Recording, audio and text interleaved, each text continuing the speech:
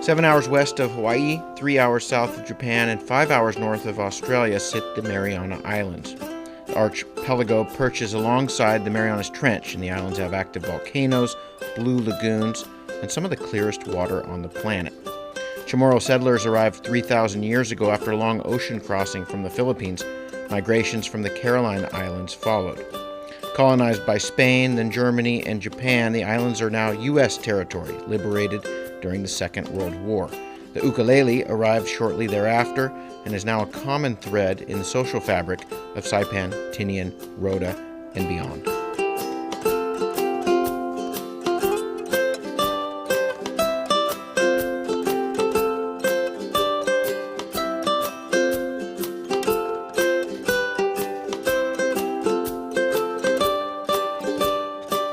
Afterdays and Tirosi, Gordon Char Marciano. And I'm Larry Lee, and we want to welcome you to our 6th annual Marianas Ukulele Festival. The ukulele started with an idea from Uncle David Capileo Peter, better known as Taulamwar, reaching out to everybody. His desire, his passion on the cultural level when it comes to music. He is one that really stood out also as an icon here in the island. And sitting with him around the table under the mango tree, always sharing the love of music and pressuring everybody, pushing everybody to have a ukulele festival. Uncle Dave just asked Gordon and I to please organize an ukulele festival, and that's how it all started.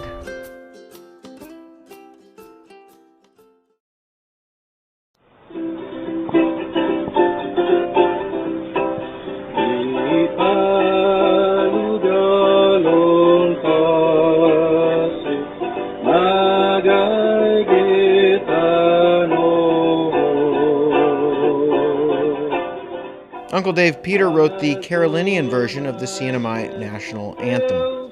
As a local, as a Chamorro Carolinian that went to school in the States or you live in the States, we have parties and we have functions or have small gatherings. And I think we're the only people that sing our national anthem at a party. You know, I'll go and hang out with my American friends and nobody's gonna sing a Star Spangled Banner by holding a beer. Just hanging out. I haven't seen it yet, but our music is so soothing that we can sing it anywhere.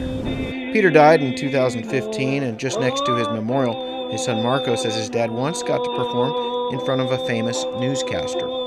They called my father on to the stage to sing the national anthem, just to have the people listen to it. And he brings his uke everywhere, so he sang in front of my host's family and Connie Chong. So that was the highlight of my dad's performance in front of people that he needed to know. And he always loves to share his music.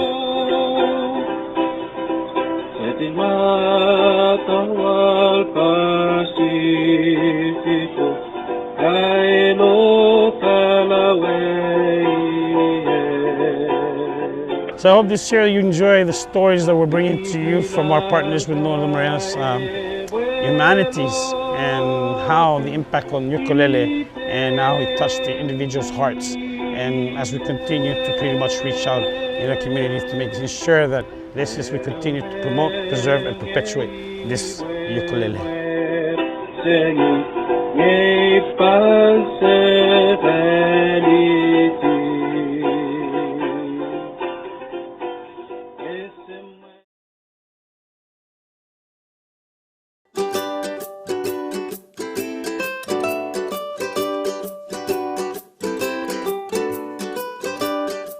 Lino, Olopai lives on the beach on the southern shores of Saipan. Sand's soft here, the water's shallow, and nearby is a channel that leads out to the Philippine Sea. In the Battle of Saipan, American troops came over the reef here in amphibious landing craft and stormed onto Saipan. Olopai was just starting his young life, and the war indirectly led him to being introduced to the ukulele. This is right after the Second World War, somewhere around 1945-46. Most of us youth at the time, we were about 6-7 years old.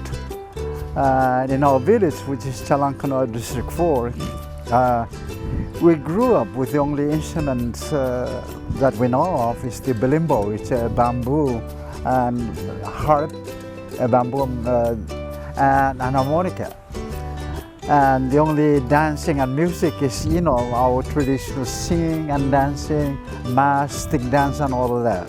That was all about to change. In Chalankanoa, not far from this beach, young Saipan boys would gather each day to play. Nearby, a group of Hawaiians who were here to collect the bones of American servicemen killed in the war would also gather, and they had with them an instrument that had never made its way to the Mariana Islands. As kids, we were playing and we just cross and look at each other, wondering what that beautiful sound come from, where it's coming from.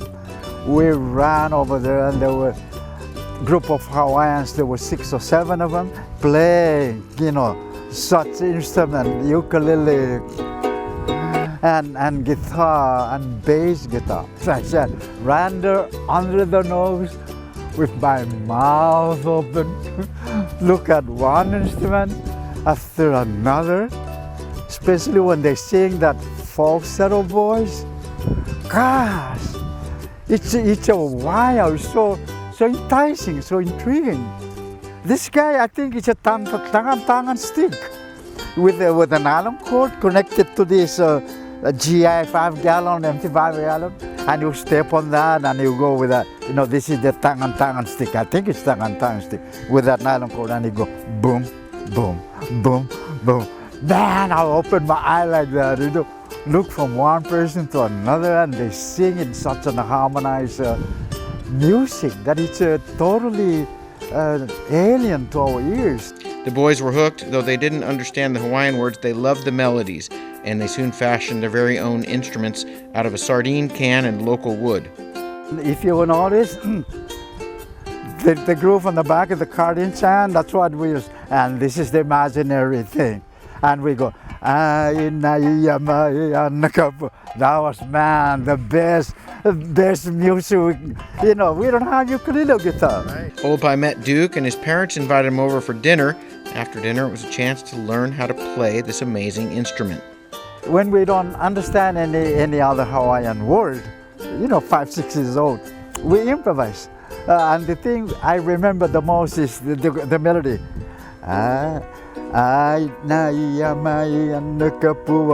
Then we improvise. Which is Carolinian counting system. Olopai was soon taking lessons and has been playing for over 7 decades. I've been playing, ukulele and guitar up to today, thanks to my late friend Duke. I'm sure they have family in Honolulu, and my regards to all of them, and thank you, Duke.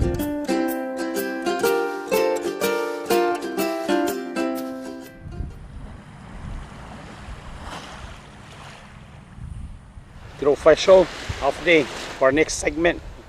We will be presenting the mass dance, accompanied by the ukulele, but we're going to do it on the traditional level, as we are also sharing with humanities the stories of individuals and the dances. So once again, this is the mass dance with the ukulele. Ready? Left, right, look good.